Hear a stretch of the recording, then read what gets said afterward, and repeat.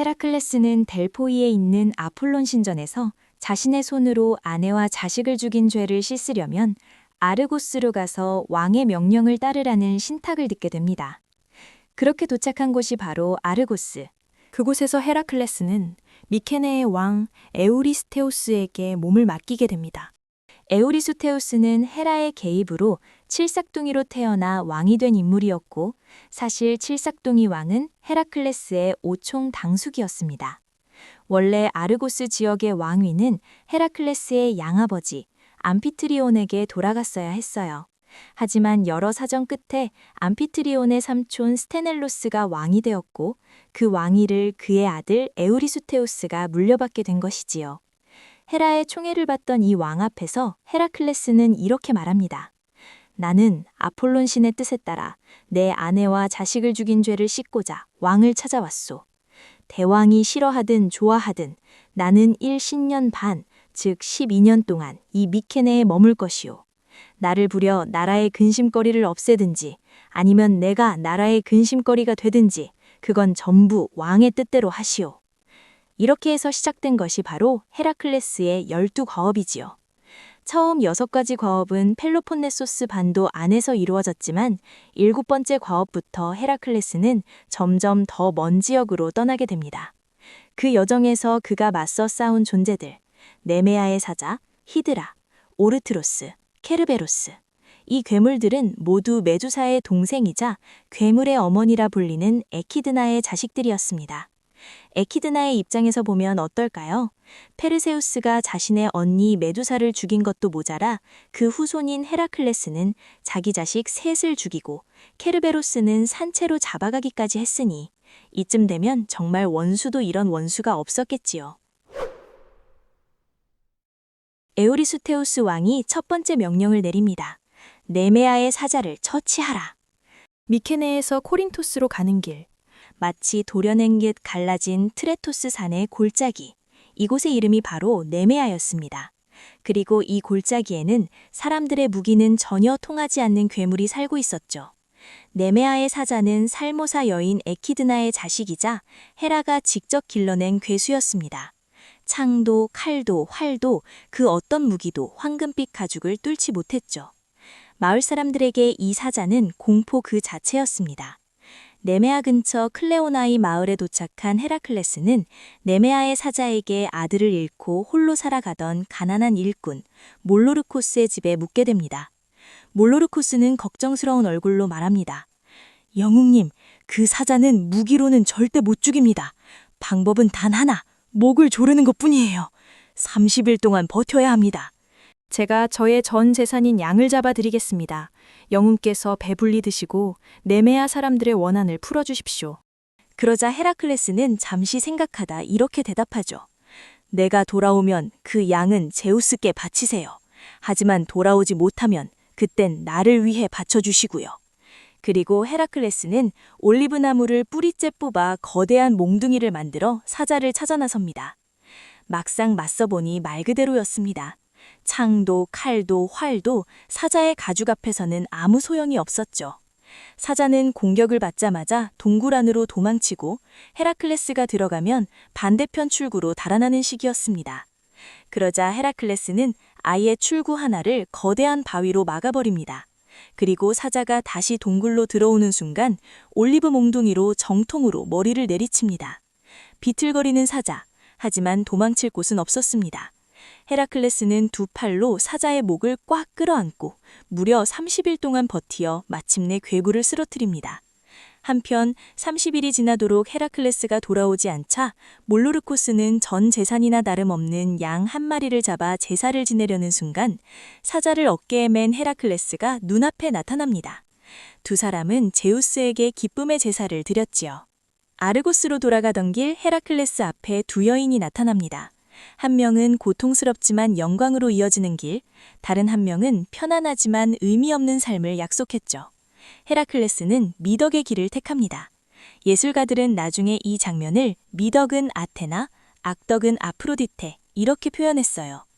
이후 아르고스로 돌아온 헤라클레스, 사자 가죽을 메고 나타나자 겁에 질린 에우리스테우스 왕은 땅에 묻은 청동 항아리, 피토스 속으로 숨어 이렇게 명령합니다. 헤라클레스를 성 안에 들이지 마라. 그러자 헤라클레스는 웃으며 말하죠. 왕이 죽은 사자도 무서워한다니. 그럼 가죽을 벗기면 겁내지 않겠지? 이때부터 헤라클레스는 사자 가죽 망토와 올리브 몽둥이를 든 채 그려지게 되었지요. 그리고 제우스는 아들의 첫 승리를 기념해 네메아의 사자를 하늘로 올려 사자자리, 네오로 만들었습니다. 아르고스 왕이 헤라클레스에게 레르나의 아미몬의 샘에 사는 물뱀 히드라를 없애라고 합니다. 히드라는 역시 에키드나의 자식이었고 숨결만 스쳐도 즉사할 만큼 치명적인 독을 자신의 쓸개집에서 뿜어냈죠. 머리는 모두 9개, 그중 가운데 머리는 사람의 얼굴을 하고 있었고 눈빛에는 사람을 홀리는 힘까지 있었습니다. 무엇보다 무서운 점은 머리를 하나 자르면 그 자리에서 2개가 다시 돋는다는 것이었습니다. 이건 혼자서 싸울 상대가 아니었죠. 그래서 헤라클레스는 테바이에 있던 자신의 조카 이올라오스를 불러 조수로 삼습니다. 두 사람은 전투용 마차 1대, 그리고 장작더미를 가득 실은 마차 1대를 끌고 레르나의 샘으로 향합니다. 장작더미에 불을 붙이자 타닥타닥 타는 소리, 물에 닿아 치익하는 소리가 울려 퍼지고 그 순간 샘 속에서 거대한 물뱀 히드라가 모습을 드러냅니다. 헤라클레스가 낫을 들고 히드라의 목을 베려는 찰나 갑자기 발뒤꿈치를 조이는 느낌이 들어 돌아보니 엄청난 크기의 개가 집게발로 발을 물고 늘어지고 있었죠. 헤라클레스는 즉시 칼을 던져 개를 꿰뚫어버리고 이올라우스에게 고개를 끄덕입니다. 이제 작전이 시작됩니다. 헤라클레스가 머리를 자르면 이올라우스가 바로 불타는 장작으로 잘린 자리를 지져버립니다. 머리가 다시 자라지 못하도록 완전히 태워버리는 전략이었죠. 마침내 남은 것은 인간의 얼굴을 한 가운데 머리 하나. 그 머리는 놀랍다는 듯이 말합니다. 힘만 센 줄 알았는데 꾀도 있으니 장차 누가 그대를 당할 수 있겠는가. 그 솜씨에 내 독을 묻힌 독화살이 있으면 누가 그대를 대적할 수. 하지만 말이 끝나기도 전에 헤라클레스는 그 머리를 단번에 베어버립니다. 헤라클레스는 히드라의 배를 갈라 쓸개를 꺼내 그 독을 자신의 화살촉에 바릅니다. 이 독화살은 훗날 켄타우로스 케이론의 죽음과 헤라클레스 자신의 비극적인 최후까지 불러오게 되죠. 히드라는 죽는 순간에도 헤라클레스를 올감을 덫을 남긴 셈이었습니다. 헤라클레스는 시체를 깊이 묻고 그 위에 큰 돌을 올려 과업을 마무리합니다. 그리고 제우스는 히드라를 하늘로 올려 물뱀 자리로 만들고 이에 질 수 없었던 헤라는 헤라클레스의 발뒤꿈치를 물었던 그 개를 개자리로 만들어 사자자리 옆에 두었습니다. 에우리스테우스 왕은 세 번째 과업으로 황금뿔과 청동 발굽을 가진 암사슴을 살려서 데려오라는 것이었어요. 이번엔 괴물을 죽이는 임무가 아니었지만 오히려 더 까다로운 과업이었죠. 이 암사슴은 캐리네이아의 바위산에 사는 사냥의 여신 아르테미스가 가장 아끼는 신성한 짐승이었습니다. 아르카디아와 아르고스 사이에는 처녀의 산이라는 뜻의 파르테니온 산맥, 그리고 아르테미스의 산이라 불린 아르테미시온 산맥이 자리 잡고 있었고 두 산 정상에는 모두 아르테미스의 신전이 있었습니다. 그만큼 이 지역은 여신의 보호 아래 있는 땅이었죠. 이 사슴이 특별한 데에는 이유가 있었습니다. 아르테미스는 자신의 시녀 중 아름다운 요정 타위게테를 제우스로부터 지키기 위해 사슴으로 변신시켰다고 전해집니다. 그리고 그 사슴에게 황금뿔과 청동 발굽을 달아 숫사슴처럼 보이게 했고 나중에는 자신의 수레를 끄는 사슴으로 삼았죠. 즉 헤라클레스가 잡아야 할 대상은 아르테미스가 사랑하는 사슴이었습니다. 헤라클레스는 이 사슴을 절대 다치게 해서는 안 된다는 걸 잘 알고 있었습니다. 그래서 이번에는 힘으로 밀어붙이지 않습니다. 조심스럽게 아주 천천히 사슴의 뒤를 따라가기 시작하죠. 그 추격은 무려 1년이나 이어졌습니다. 365일 동안 여신의 마음을 거스르지 않기 위해 끝까지 인내한 것이죠. 마침내 사슴은 아르테미시온 산의 라돈 강가에서 지쳐 멈추었고 그 순간 헤라클레스는 사슴을 다치게 하지 않은 채 조심스럽게 붙잡는 데 성공합니다. 그렇게 사슴을 어깨에 메고 돌아가려는 순간 사냥꾼 차림의 젊은 처녀와 청년이 길을 막아섭니다. 처녀는 아르테미스, 청년은 아폴론이었어요. 이 사슴이 누구의 것인지 알고 있는가? 헤라클레스는 침착하게 대답합니다. 물론입니다. 그래서 해치지 않으려고 1년이나 쫓아다녔습니다. 여신의 사슴이 아니었다면 한 주먹에 끝냈을 겁니다. 헤라클레스는 고개를 숙이며 말합니다. 저는 아폴론의 신탁에 따라 아르고스 왕을 섬기고 있습니다. 사슴을 보여드린 뒤 반드시 다시 돌려보내겠습니다. 두 신은 그의 말을 믿고 길을 열어줍니다. 헤라클레스는 에우리스테우스 왕에게 사슴을 보여준 뒤 약속대로 곧바로 아르테미시온 산으로 돌려보냅니다. 헤라클레스에게 내려진 네 번째 과업은 펠로폰네소스 북쪽 에리만토스 산에 사는 거대한 멧돼지를 살아서 잡아오는 일이었습니다. 이 에르만토스 산은 오래전부터 아르테미스 여신에게 바쳐진 신성한 산이었고 그 주변에는 반인 반마의 종족 켄타우로스들이 터를 잡고 살고 있었죠. 그런데 이 산의 이름에는 조금 슬픈 사연이 하나 얽혀 있습니다. 에리만토스라는 청년이 우연히 목욕 중이던 아프로디테를 보게 되고 분노한 여신은 그를 장님으로 만들어버립니다. 하지만 그녀는 그가 아폴론의 아들이라는 사실을 몰랐죠. 아폴론은 아들의 복수를 위해 멧돼지의 모습으로 변해 아프로디테의 연인이었던 아도니스를 죽였죠. 그래서 에리만토스가 장님이 되어 살았던 산은 에리만토스 산이라 불리게 되었죠. 멧돼지를 찾기 위해 헤라클레스는 켄타우로스들을 찾아가 도움을 청합니다. 그들은 말합니다. 걱정하지 마시오. 이 땅에는 현자 케이론이 계십니다. 라피테스족과 우리 모두가 존경하는 분이지요.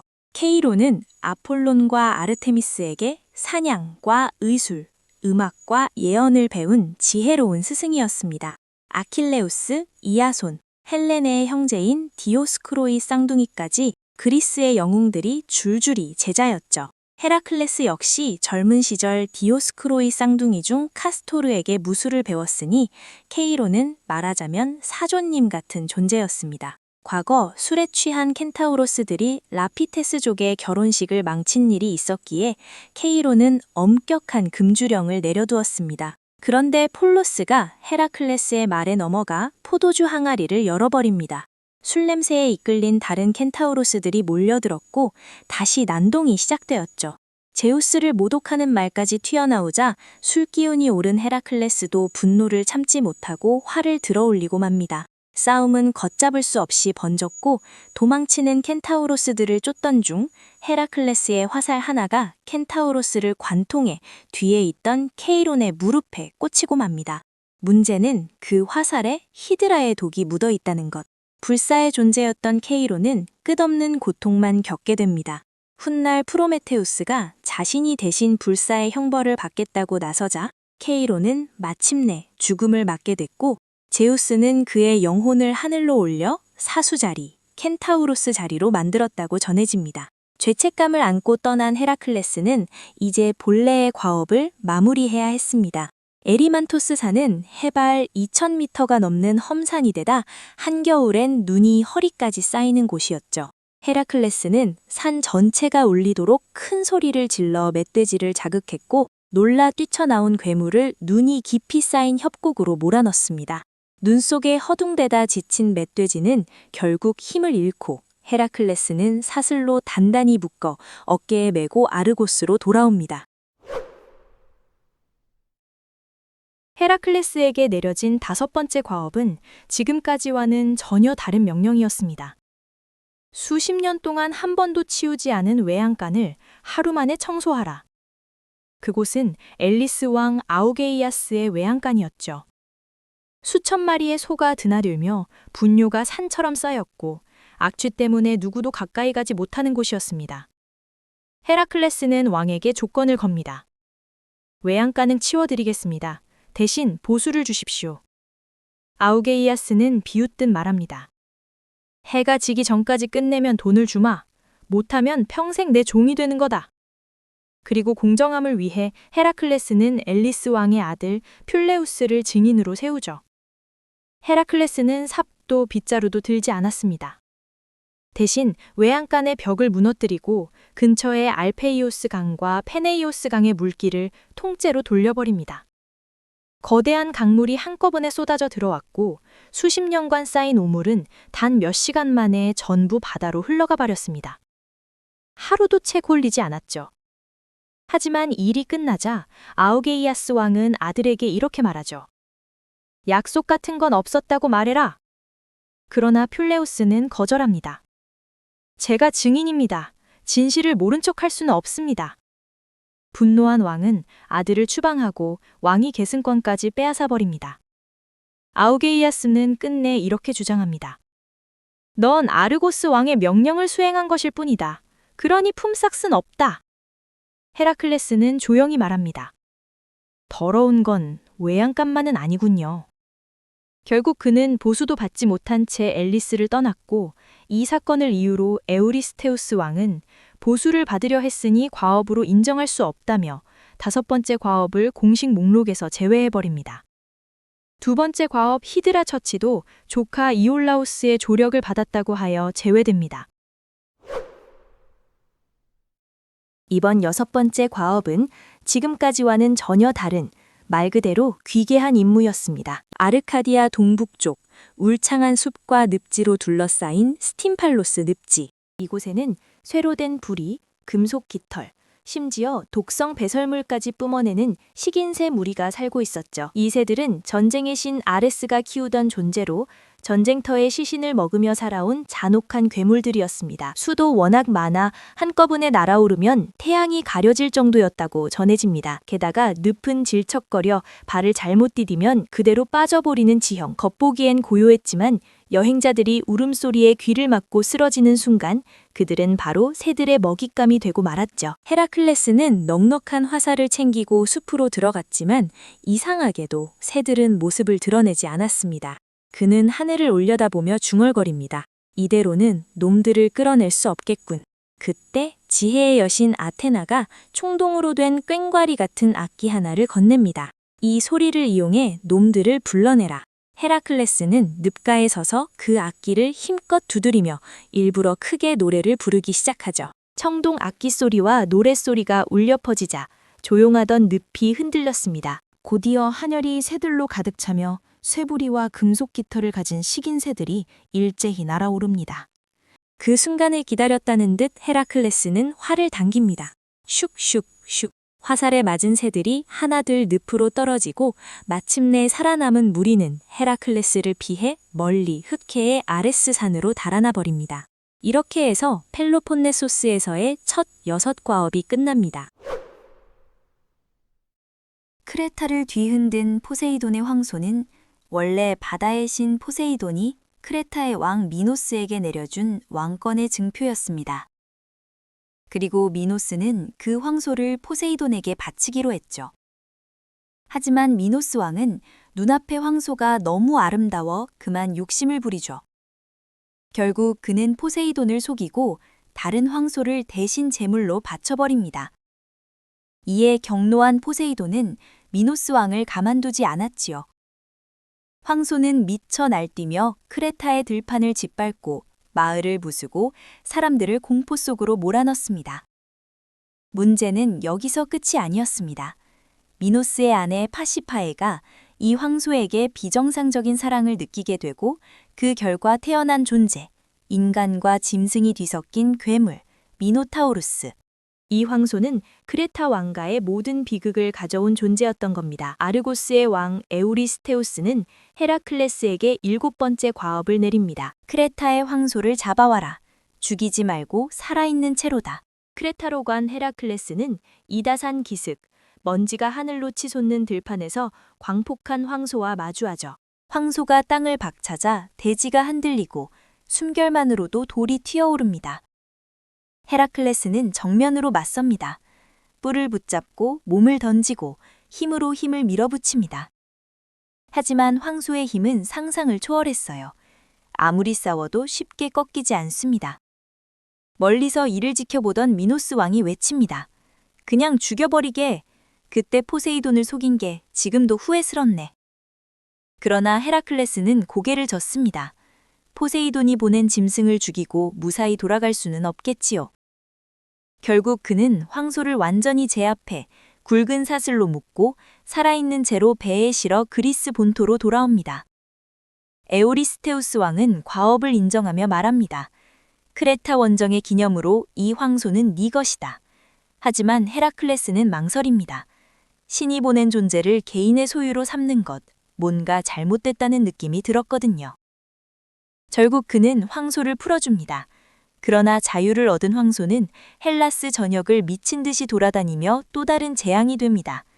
이 황소는 훗날 영웅 테세우스와 맞서 싸운 끝에 마침내 최후를 맞이하죠. 아르고스의 왕은 헤라클레스에게 8번째 과업을 내립니다. 이번에는 트라키아로 가서 디오메데스의 앞말을 붙잡아 오라는 명령이었죠. 트라키아는 오늘날의 불가리아, 발칸반도 남동쪽에 자리한 땅입니다. 펠로포네소스 반도에서 보면 그야말로 하늘 끝처럼 멀리 떨어진 북방의 나라였죠. 그곳의 왕 디오메데스는 전쟁신 아레스와 요정 퀴레네 사이에 태어난 인물, 잔혹함으로 악명 높은 왕이었죠. 그의 앞말 4마리는 사람을 태우면 일부러 떨어뜨려 짓밟고 죽인 뒤 그 시체를 먹어치우는 괴물들이었습니다. 디오메데스는 트라키아 최고의 씨름꾼이기도 했습니다. 그의 취미는 상대를 쓰러뜨린 뒤 앞말에게 던지는 것이었죠. 헤라클레스는 성 안으로 들어가 자신을 이렇게 소개합니다. 아르고스에서 온 씨름꾼 알케이데스요. 헤라클레스의 정체를 몰랐던 디오메데스는 기꺼이 대결을 받아들입니다. 하지만 승부는 순식간이었습니다. 헤라클레스는 그의 몸을 들어 올려 단번에 목을 꺾어버립니다. 그리고 왕의 시신을 그가 쓰던 청동 구유, 앞말들의 먹이통에 던져넣습니다. 놀랍게도 잔혹하던 앞말들은 자기 주인을 먹은 뒤 갑자기 얌전해졌습니다. 그제야 헤라클레스는 이 말들을 굴레로 묶어 임무대로 끌고 나올 수 있었죠. 식인 앞말들은 아르고스로 보내졌고 훗날 들판에 풀려난 뒤 난동을 부리다 올림포스 근처에서 야수들에게 죽임을 당했다고 전해집니다.